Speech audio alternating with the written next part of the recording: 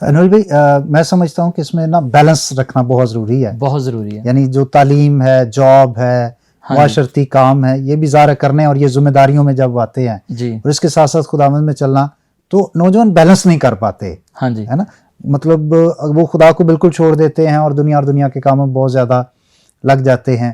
تو ایسے نوجوانوں کو آپ خدا کے کلام میں سے کیا پیغام دینا چاہتے ہیں؟ جن کی لائف بہت زیادہ ان بیلنسڈ ہے، میں ان کو یہی کہوں گا کہ وہ زیادہ کچھ نہ کریں، کچھ بھی نہ کریں. کلام میں تسلنیکیوں 5 باب میں لکھا ہوا ہے کہ روح کو بجھنے نہ دو، بلا ناگا دعا کرو اور ہر بات میں اس کی شکر گزاری کرو. صرف اور صرف آپ اپنی زندگی میں ایک ٹائم دیں، ایک روٹین بنائیں اپنی. آپ کو لگتا ہے کہ آپ سارے کاموں کو ٹائم دے رہے ہیں، خدا کو نہیں دے رہے، مگر آپ اپنے آپ کو زور دیں، اپنے آپ کو پش کریں، اپنا ایک ٹائم ٹیبل بنائیں. جس طرح آپ نے ٹائم رکھا ہوگا آفس کا کہ یار میں نے آفس سے لیٹ نہیں ہونا، میری سیلری نہ کٹ ہو جائے یا میری ایبسنٹ نہ لگ جائے، ٹھیک ہے، باس ناراض نہ ہو جائیں یا میری جاب سکپ نہ ہو جائے، ٹھیک ہے. اس طرح آپ کی ایک اور جاب بھی ہے اور وہ ہے خدا کو ٹائم دینا، اور وہ آپ کے لیے ضروری ہے. کلام میں لکھا ہے کہ بس جاگتے رہو اور دعا کرتے رہو، اور یہ ہمیں جاگنا ضروری ہے، اپنی روح کو جگا کے رکھنا ضروری ہے تاکہ ہم اپنی روح میں بیدار رہیں، ٹھیک ہے. اور ہمارے لیے دعا بہت ضروری ہے. دعا تو ہمارا مین ہتھیار ہے، ٹھیک ہے. ہم نے یہ کام روزانہ کرنا ہے کہ اگر ہم اپنی لائف کو بیلنس کرنا چاہتے ہیں تو بلا ناغہ دعا کریں. بالکل، یہ آپ نے درست فرمایا. چونکہ آپ کی خدمت حمد و ثنا کی ہے، یہ ہو نہیں سکتا کہ ہم آپ سے گیت نہ سنیں، تو میں گزارش کروں گا کہ اس وقت آپ کوئی گیت ہمیں ضرور سنائیں. جی میرا بڑا خوبصورت گیت ہے، بہت سارے لوگوں کو پسند ہے، مجھے پرسنلی وہ بہت پسند ہے، اور وہ یسوع مسیح کی آمد ثانی پہ گیت ہے. اس کی میں صرف کچھ لائن آپ کو سناؤں گا، اور وہ میں ذکر ضرور کروں گا وہ جنہوں نے لکھا، کیونکہ یہ پھر ان کے ساتھ ناانصافی ہوگی، زیادتی ہوگی. اس گیت کی جو کمپوزیشن کی تھی وہ یونس مہندی صاحب نے کی تھی، اور اس کی جو لیرکس تھے شہباز چوہان صاحب جن کا تعلق اسلام آباد سے ہے، انہوں نے کیا تھا. اور اس کا جو میوزک تھا وہ ہمارے بھائی شہری خان ہیں، انہوں نے کیا تھا اسلام آباد سے، اور ویڈیو شکیل کھوکھر بھائی نے دی تھی. تو ساری ٹیم خداوند ان کو بلیس کرے، کیونکہ جب آپ کا گیت آتا ہے نا، جب آپ کی کوئی چیز سامنے آتی تو اس میں آپ کے اکیلے کی ایفرٹ نہیں ہوتی، اس میں آپ کا ٹیم ورک پورا ہوتا ٹیم ہے. تو ہمیشہ کریڈٹ اکیلے نہیں لینا چاہیے، تو ساری ٹیم کو دینا چاہیے.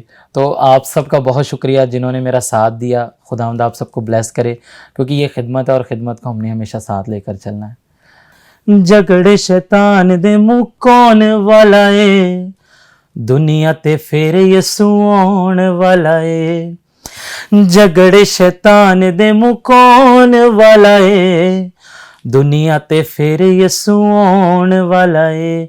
ہاں دنیا تے پھر یسوع آن والا اے. غیر چنگے لگ دیتے مندیاں محبتاں، پہ گئیاں پراواں دیاں ٹھنڈیاں محبتاں.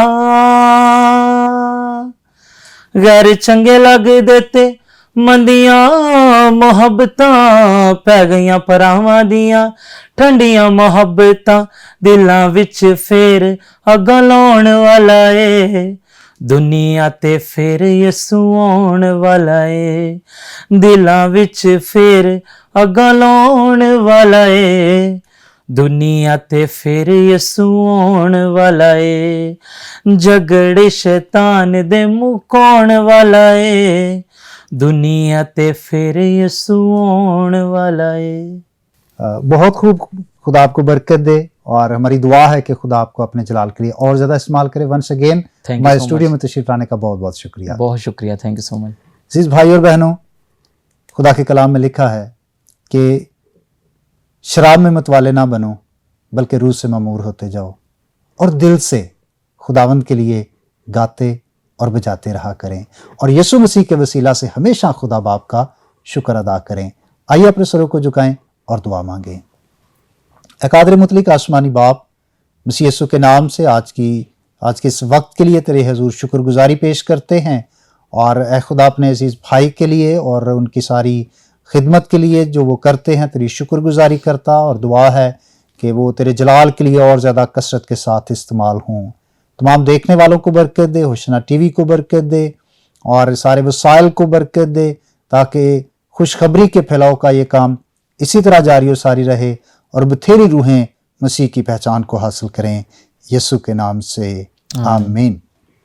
اس کے ساتھ ہی اپنے میزبان پاسٹر بشارت کو اجازت دیجیے گا، نئے ایپیسوڈ کے ساتھ دوبارہ آپ کی خدمت میں حاضر ہوں گے۔ تب تک اپنا بہت سارا خیال رکھیے گا اور دعاؤں میں یاد رکھیے گا۔ کیپ واچنگ ہوشانہ ٹی وی۔ God bless you.